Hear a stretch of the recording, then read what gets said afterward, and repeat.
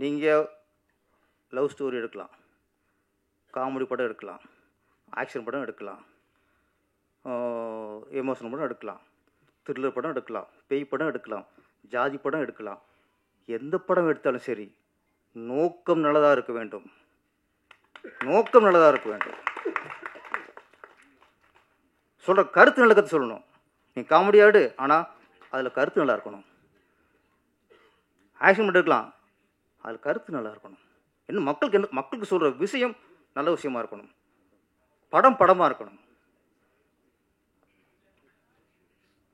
அது அது இருக்கிற மக்கள் சீரழிக்கிற மாதிரியும் படம் எடுக்கிறது அது நம்ம கலைக்கு பண்ணுற துரோகம்.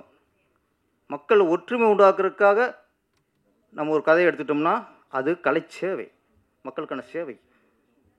மக்களுக்குள்ள வன்முறையும் மக்களுக்குள்ள ஒரு காழ்ப்புணர்ச்சியும் மக்களுக்கு திருப்பி பிரிவினையும் பண்ணுற மாதிரி பண்ணால் அது கலைக்கு பண்ணுற துரோகம். அது நான் ஒன்று சொல்கிறேன், இந்த கலாச்சார சீரழி மாதிரி படம் எடுக்கிறாங்களா, அதை விட ஆபாச படம் எவ்வளோ மேல் சார், செக்ஸ் படம் எவ்வளோ மேல் சார்.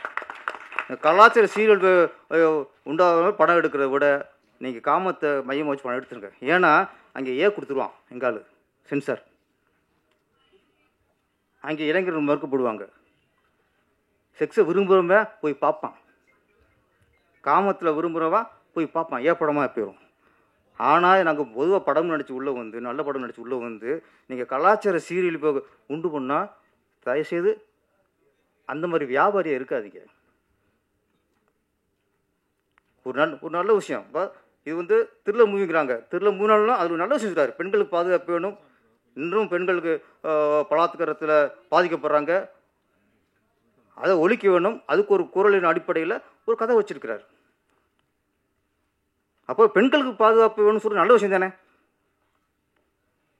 அப்போ ஒரு நல்ல கருத்தை நீங்கள் ஆக்ஷனாக சொல்லுங்கள், த்ரில்லராக சொல்லுங்கள், என்னோட சொல்லுங்கள், நல்ல கருத்தை சொல்லி தொலைங்க. முதல்ல சொல்லுங்கள். முதல்ல